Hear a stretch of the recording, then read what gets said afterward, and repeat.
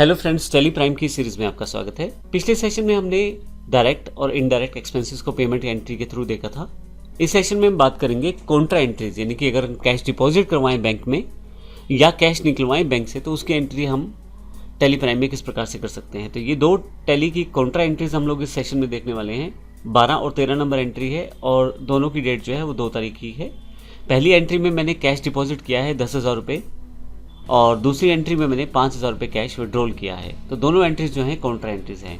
आइए देखते हैं टेली प्राइम में हम किस प्रकार से इसको कर सकते हैं। तो सबसे पहले मेरे पास यहाँ गेटवे ऑफ टेली ओपन है। यहाँ से मैं वाउचर्स पे आ जाता हूँ। वाउचर्स में मेरे पास यहाँ पे कॉन्ट्रा एंट्री की सिलेक्शन के लिए या तो मैं राइट हैंड साइड दिए गए ऑप्शन में से कॉन्ट्रा सेलेक्ट कर सकता हूँ, यानी कि क्लिक कर सकता हूँ, या शॉर्टकट के रूप में F4 भी कर सकता हूँ। तो मेरे पास यहाँ कॉन्ट्रा वाउचर ओपन हो जाएगा। कॉन्ट्रा वाउचर की accounting voucher creation screen open हो जाएगी।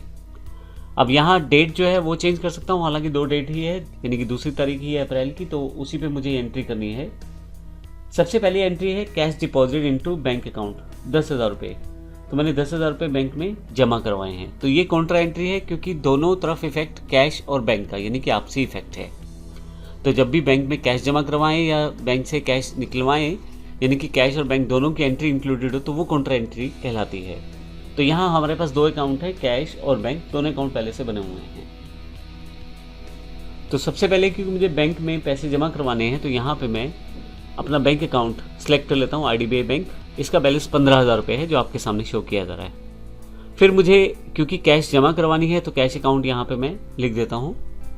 मुझे जो जमा करवाने हैं वो 10,000 रुपये जमा करवाने हैं। तो आप देखिएगा IDBI का बैलेंस 15,000 है और कैश हमारे पास 24,900 इस वक्त अवेलेबल है। तो 10,000 रुपये मैं टाइप कर देता हूँ। तो आप देखेंगे IDBI बैंक में 25,000 रुपये हो चुके हैं और कैश 14,900 रुपये का बैलेंस दिखा रही है। फिर से एंटर करते हैं, नीचे की तरफ आते हैं। फाइनली आपने कैश जमा करवाई है उसकी इन्फॉर्मेशन आप यहाँ सेटअप कर सकते हैं और कैश जमा करवाते वक्त आपने कौन से डिनोमिनेशंस का प्रयोग किया है उसकी इन्फॉर्मेशन भी आप यहाँ दे सकते हैं। जैसे मैंने 2000 के 5 नोट प्रयोग किए हैं और बैंक नेम जो मेरे पास इन्फॉर्मेशनल देनी है मुझे वो भी दे सकता हूँ यहाँ से। फाइनली नरेशन मुझे बतानी है और एक्सेप्ट करना है एंट्री को। तो मेरे पास ये एंट्री हो चुकी है, कॉन्ट्रा एंट्री। ये पहली एंट्री थी जिसमें मैंने कैश को डिपॉजिट करवाया है। दूसरी एंट्री जिसमें मैंने कैश को विड्रॉल करवाया है 5,000 रुपये से, यानी कि मैंने 5,000 रुपये बैंक से निकलवाए हैं। ये भी मेरी कॉन्ट्रा एंट्री है। तो इसके लिए मैं ऊपर की तरफ कैश अकाउंट ले लेता हूँ और नीचे की तरफ मैं बैंक अकाउंट यूज़ करूँगा। 5,000 रुपये मैंने बैंक से निकलवाए हैं तो मैं 5,000 टाइप कर देता हूँ। फिर से जो बैंक से रिलेटेड इन्फॉर्मेशन आपको यहाँ फिल करनी है, आपका जो चेक नंबर है वो यहाँ फिल करेंगे। एग्जाम्पल के लिए लिया है, आपका जो एक्चुअल चेक नंबर है वो आपको फिल करना है। फाइनली नरेशन, और जैसे आप एक्सेप्ट करेंगे ये एंट्री भी आपके पास हो जाएगी। तो इस तरह से आपने देखा कॉन्ट्रा एंट्रीज को किस प्रकार से हम टेली प्राइम के अंतर्गत कर सकते हैं।